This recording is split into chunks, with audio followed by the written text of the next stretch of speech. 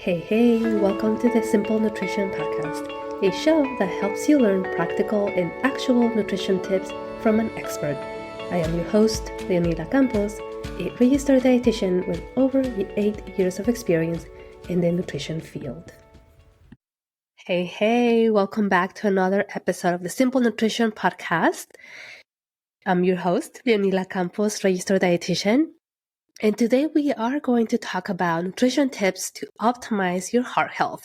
So in my last episode, I talked about the nutrition facts label and what nutrients to focus on and how to read a nutrition facts label. So if you haven't listened to that episode, go back to it. It's full of information and resources. But along those lines, I thought about, okay, how can I also help the public or the listeners to apply this information if they are working on something specific, right? And so there's different areas that I can go with that, but I decided to do the heart health first, right? Or our cardiovascular system first, because it almost goes hand in hand, because we are trying to focus on maybe eating less saturated fats, less cholesterol, and such. And so here we are. So let's start with what is cardiovascular disease, right? Cardiovascular disease is basically any kind of condition that affects our heart, right? Our brains, our vessels, our arteries. That can lead to heart attacks, right? Stroke, heart failure, arrhythmias, or any other heart valve problems. And so why does that happen, right? A lot of the times could be things that we, genetics, if we have a heart condition since we were young, or we were born with a heart condition, but most of the times it's related to our behaviors, right? Meaning our eating or our inactivity. And why is that important? Because according to the Center for Disease Control and Prevention, heart disease is the leading cause of death in both men and women. And so what does that, to put it in that perspective, right? One person dies every 33 seconds in the US from cardiovascular disease. That is huge, right? Because these are things that we could prevent. And if we have if we're able to do that, right, why not do it? Sometimes it could be just misinformation. It could be that maybe we don't know how. But if we have the power, right, to reduce our risk of a cardiovascular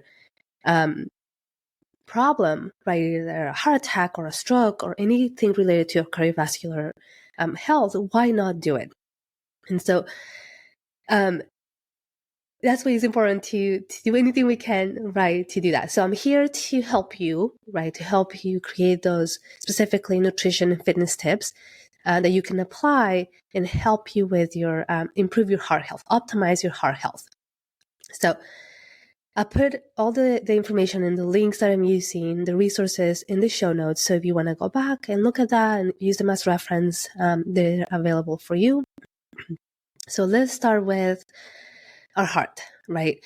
It's obviously the pump of our system, is what pumps blood through our bodies. And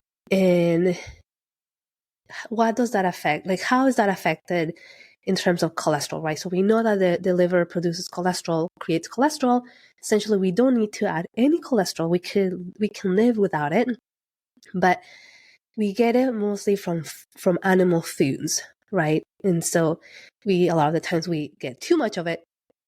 And so the recommendation for cholesterol in a day is 300 milligrams or less, right? Coming from all sources. And so if we are, like, how do we know how much we eat, right? We won't know if we track them. But if we know that for the majority of the time we eat an excess amount of animal foods, right? Foods that are high in cholesterol or saturated fat, then we could be eating too much of that. So if you wanted to track of it, right, you can absolutely use the nutrition facts label to track how much cholesterol you consume, if most of your foods are packaged, or if you want to use a food tracker or a macro tracker that also tracks cholesterol, you can use that, right? You can do like an audit for a whole week, because a lot of the times we eat the same foods week after week. You can, do a whole week, and then you can see how much cholesterol you consume. And then that way you can start to make changes. So cholesterol. But when we go to the doctor, right, if you haven't gone to the doctor, right, to check your labs, this is really important, right? Because what we don't know, but that doesn't mean that it doesn't exist, right? So if you're like, oh, I feel fine, it doesn't mean that you are fine, right? It's just that you're not getting symptoms, because one of the things that you have to know is that our bodies are so amazing, and they're going to try to be in homeostasis, meaning keep that balance at all cost, right? And so it could even be at the cost of our own health. And so it tries to do what it can to keep you healthy in an essence, but not having symptoms doesn't mean that we don't have anything, right? It just means that our bodies are doing what they can to keep us, so quote unquote, healthy. So if you haven't been to the doctor in years, please go to the doctor or check your labs to make sure that your levels, your cholesterol, your HDL, your LDL, which we're going to go over into that in a moment, and any other labs that you want to check are balanced, right, are normal. So let's talk about those labs. Excuse me. So when you go to the doctor, right, and they check your lipid panel or your cholesterol, is usually the total cholesterol, which is going to have your LDL, low density lipoprotein, which is called the bad cholesterol. And then it's going to check your HDL, high density lipoprotein, which is your good cholesterol. And then it's going to check your triglycerides, right? Depending on how detailed the test is, they might check other things as well, but those are usually the main ones. And so if you have high cholesterol, right, most likely is because you have your LDL is high, right? Your bad cholesterol is high. And a lot of the times your good cholesterol, your HDL is low. And then you can look at your triglycerides, right, which could also be high depending on your nutrition. And so the LDL, right, is what is deposited in your arteries, and it builds up, right? And so the more it builds up, when you think about the artery, right, think of it as a hose, but it's not stretchy, but it shouldn't be rigid, right? It needs to be, I can't think of the word, malleable enough for the blood flow to go. And so when you start to get these deposits of cholesterol, right, it makes it stiff, but it also makes it hard for the blood flow to go in a smooth way. And so when you think about that, then that means that your heart has to work harder, right, to pump the blood throughout your body.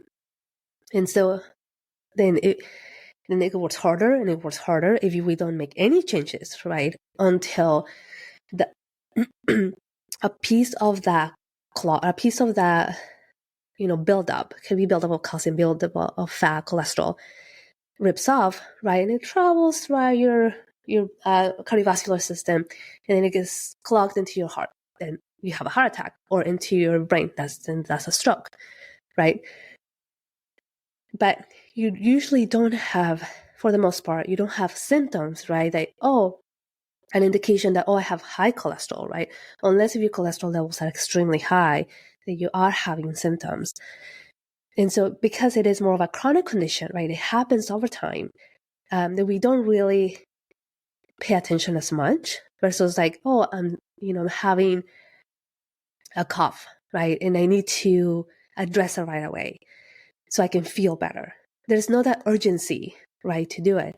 And so it is so important to make that change, right? Because yes, you might not be having symptoms at the moment, but do you really want to wait until you have a heart attack or a stroke to make a change, right? So if we know that our cholesterol is high, then we cannot just say, oh, I'll take care of it next year, right? No, we have to make those changes right away, right? If we want to help ourselves, right? Help our heart long term, we want to be able to nip it in the bud. Okay, let's make those changes right away. Let's make sure that we have to do whatever we gotta do to improve our cardiovascular health, right? Because I don't want to get to that point of like, yeah, I have a heart attack or I have a stroke, and now I want to make a change, right? We want to be able to prevent it, right? But the other thing too is that it can also lead to other things. It can lead to peripheral vascular disease, right? Where you have issues with your legs, right? Because the blood flow is not going through as smoothly, right? Or they have your other vascular issues. And so if we can make a change, if we can prevent it, then that's even better. So how can we do that? Number one, right? Being aware of it is going to help us. But number two, right? We know that we produce cholesterol. We know that we get cholesterol from animal foods, animal sources. So the number one thing that you can do is, let me reduce my cholesterol by choosing lean pieces of protein, by choosing maybe reduce fats, if that is the case. And let me just look at how I eat, right? If I'm omitting all kinds of plant sources, meaning that I'm not eating vegetables or whole grains or nuts or seeds, then we gotta start there too, right? Because fiber has been shown to help reduce cholesterol. It also helps with blood sugar control. But we have to be able to eat them, right?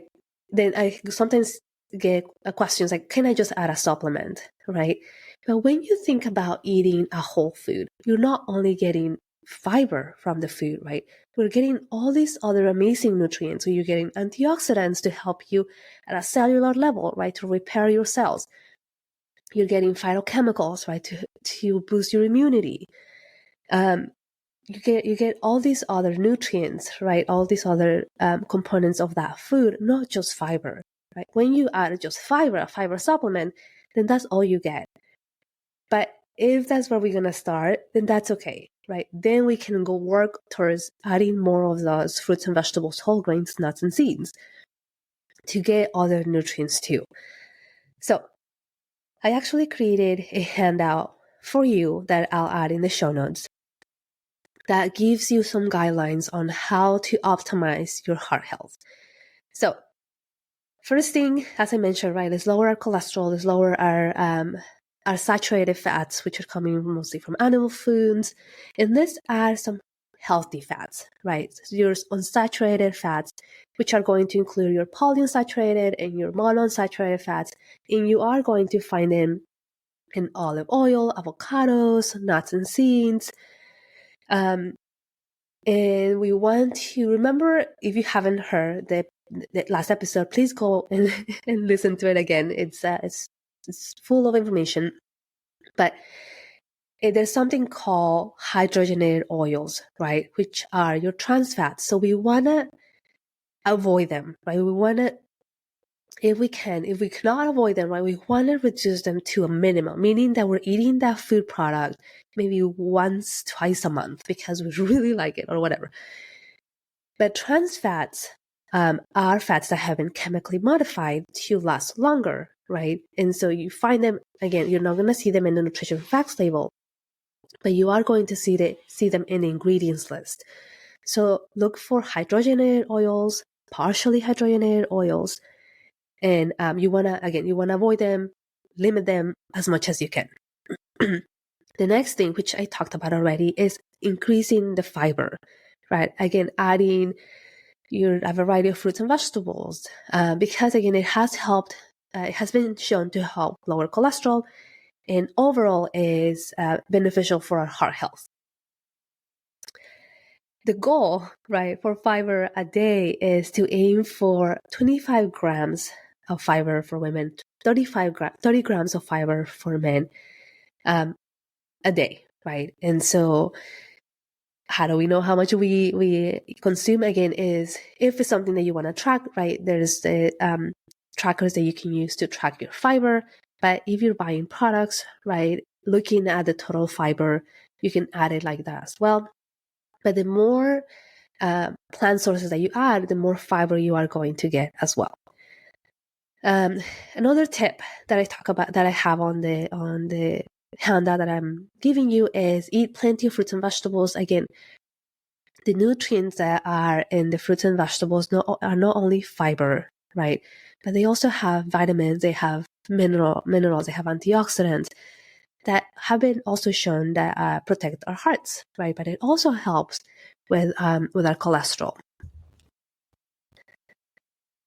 Another tip is to limit the amount of sodium that we consume. And so that's coming from all sources, right? A lot of the times the sodium that we consume comes from processed foods, or foods that are canned maybe. And a lot of the times canned foods are more affordable. And yes, I absolutely understand that the food cost is extremely high at the moment. And so if we're able to do canned soups that are low sodium, reduced sodium, or no salt added, then that can help with the amount of salt that we consume, right? Because when there is high blood pressure, that also damages our arteries, it damages our veins, but it puts also a lot of work on the heart, right? And then not to mention the kidneys. And so we want to make sure that we are not just mindlessly eating these high amounts of sodium because we're eating a high amount of processed foods. And so if we need to flavor our foods, right, we can add herbs, we can add spices, we can add lemon juice, we can add, what else? Yeah, those are pretty much the main ones. And there's so many ways to add flavor to our food without adding that excess amount of salt. And the next thing, right, which is it's pretty important because we consume protein, and it is recommended to consume protein at each meal, right, because it helps with satisfaction, satiety, and our energy levels. But we have to look at, okay, how lean are our protein sources, right? And so we want to choose, the skinless poultry or fish. We want to be able to add also plant sources of protein, right? Like beans and lentils and tofu and legumes. That can also help, and they have been shown to help protect our heart. And we want to limit those highly processed meats, right? And cheese, right? A lot of people love cheese.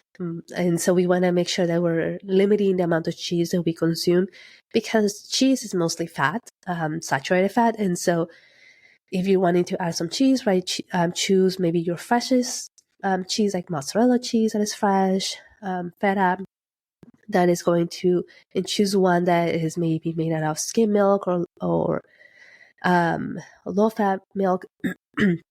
And so that can also help. But the amount is significant, right? Because if I'm eating half a cup of cheese, right, that's a high amount of fat, which we can actually look it up just so that way, you have an idea. Give me a moment. I'm looking it up. Half a cup of, let's say, feta cheese.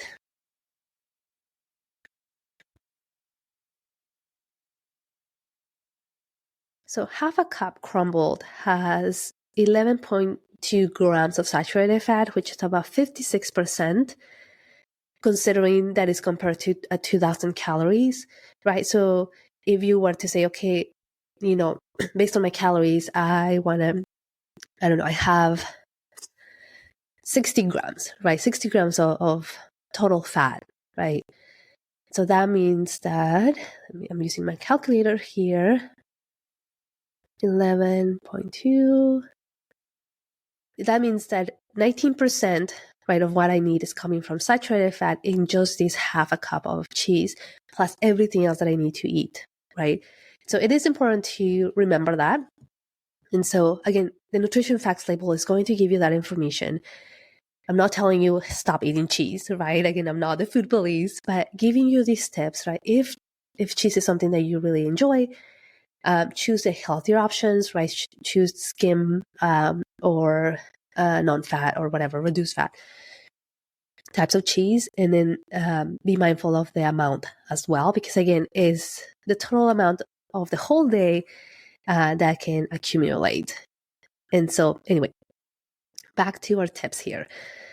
So yeah, lean protein sources, right? Adding some of those plant sources, and you can even combine them with your lean protein sources, coming from animal foods.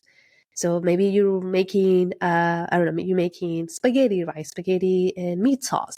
How about adding some texture vegetable protein, TVP, right, in the mix of the meat? Which, trust me, you're not going to notice a difference. Or adding some of that tofu, right? If you want to add some of that extra protein without the added cholesterol and saturated fat. Or maybe one of the days of the week you want to do meatless Mondays, right? Or tofu taco Tuesday or something like that, right? Some clever ways to add some plant sources there. Again, portion sizes matter too, right? Because even though maybe we're choosing reduced fat or skim milk or whatever, but if our portions are really big, right, we're eating more than we actually need, then again, it all accumulates, right? And so we could be eating the healthier options, but the amounts are too big. And that can affect not only our heart health, right? It can also affect our weight in general. And there is some research that shows too that even losing 5 to 10% of our current body weight, if we have maybe a higher weight, that it can benefit our heart health, but also our sugar, control, and how our bodies just function in general. The other thing too that I talk about is limiting the added sugars and refined carbohydrates, right? Because that leads more to our triglycerides. So if we consume a higher amount of that, which leads to excess calories, right? Now your triglycerides are in charge of like producing this fat, right? And storing it. But we usually store it in the liver. And then when there's too much of it, now like spills out, right? And now we have to store somewhere else around the body or around our main organs, which can lead to fatty organs, right? Fatty liver disease or fatty liver or a fatty heart. And that usually comes if we're eating just a high amount of added sugars, right? Coming from high fructose corn syrup or other added sugars that are found in soda, candy, baked goods, or sugary cereals. And so keeping that in mind as well, right? Instead, swapping some of that with maybe more of your whole grains like your quinoa, your brown rice, your oats. If you're not so ready to do that change, you can always mix things, right? Okay, I really love my sugary cereal, but I also want to start to get healthier, right? Let me mix some of that with that, maybe a whole grain cereal. Or I really like my white rice, and I want to eat my white rice all the time. Reducing the amount, right? Or mixing it with some of these other whole grains to get that fiber and those nutrients as well. Hydration is important too, right? Sometimes being dehydrated can also have an effect on our heart, right? Makes it harder to work. This is one of the reasons why when you want to donate blood, they recommend you to be hydrated, right? Because blood flow happens smoothly versus when we are dehydrated, right? It's harder to get that going. But it also, our blood is more concentrated, right? And so we want to make sure that we help our heart to stay hydrated. The general rule of thumb is to, aiming for at least 64 ounces of water a day. If you have water restrictions, then obviously you want to follow that recommendation given to you by your doctor, because, you're in the care of that. But this is more of a general guideline, right? 64 ounces of water a day. Obviously, if you're more active, then you want to increase your water intake. But some of the ways to sass our water or increase the flavor of our water, right? I do hear this a lot. I get tired of just drinking plain water. There's some ways to add flavor, like infused water or add a tea bag to your water to bring that flavor. You can do sparkling water, right, that it doesn't have any additives. You can add lemon wedges or cucumber. Those are some other options too. You can do the sugar-free options that don't have, the sugar alcohols. And so those are some of the ways to also increase your water intake if you're like, I'm tired of drinking water, or I just don't like plain water. Those are some of the tips too. And so, again, these are just some general tips, right, to help you with your heart health. The main thing is, let's find out how our heart is, right? What is the health of our heart? And then if your heart is, it's perfect, there's no issues there, right? And you know that maybe you want to improve it, maybe you want to optimize your heart health for long term. Looking at these tips that I'm providing, right, can help. If you have heart issues already, right, using these tips as well, just to help with overall well-being. If there are specific questions that you have, again, you can always reach out to me, look into the show notes, and we can talk more about that specifically. But keep it simple, right? If you're like, I need to make a lot of changes and this is overwhelming, what I always tell my clients is focus on one thing at a time, right? You do the simplest thing that you can think of and focus on that until you feel ready and comfortable, then you can move on to the next thing. So for example, if it's adding more fiber, right? Okay, I'm going to focus on adding 1 serving of vegetables at lunchtime every single day, right? Or at least 3 times a week. And do that for 15 days, right? And then move on to the next thing. Sometimes making that change can help a little bit easier. And there are some people that like, give me the plan, I'm going to execute it, and because this is how I work, right? And that's fine. So know what works for you, and do the work that works for you. So that is it, my friend. Again, you have these tips that you can download. I'm adding in the show notes some additional information from the Center for Disease Control in terms of definitions and references, and also from the American Heart Health. And yeah, that's it for today. Thank you so much for joining me. Stay strong, stay healthy, and I will see you in another episode. Take care. Bye-bye for now, my friend. This podcast, the links and resources provided are for the purpose to educate only and are not a replacement for medical advice or nutrition therapy. I suggest you seek out the help of a trained professional to help you with your specific situation and needs.